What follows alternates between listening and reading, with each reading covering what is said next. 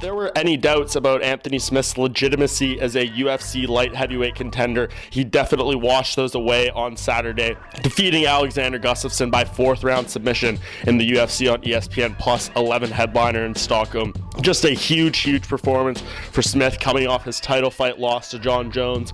Of course, his resume at 205, there was some questions around it. He defeated some aging legends and former champions Rashad Evans, Shogun Rua, and then got a victory over a somewhat slumping Volkan Ozdemir. But this one really put his resume at the weight class over the top, proved he is a real player in that 205 title picture, despite the fact he already has a loss to Jones. It is not easy to beat Gustafsson. It is not easy to finish Gustafsson, and Smith did that in Gustafsson's backyard. Just a monumental feather in his cap in this fight, and of course Gustafsson going into retirement after the loss, so that really says a lot about what Smith did in this fight.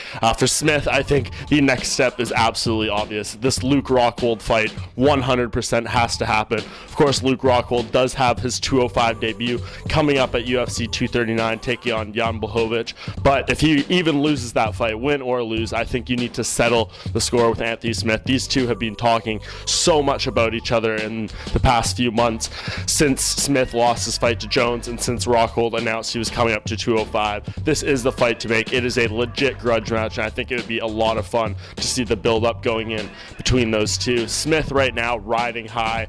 He made the quick turnaround following the fight with Jones and said he really needed to get that bitter taste out of his mouth by taking this fight against Gustafsson. He showed up, and now he wants to take the rest of the year off, which is more than deserved. Spend some time with his family and make a return, perhaps at the beginning of 2020 against Luke Rockhold, who ideally gets the win against Blachowicz, and you have a potential title eliminator there. It might take Smith a few more wins to get a title shot once more, but defeating Alexander Gustafsson in the fashion he did is a great start coming off the loss to Jon Jones earlier this year.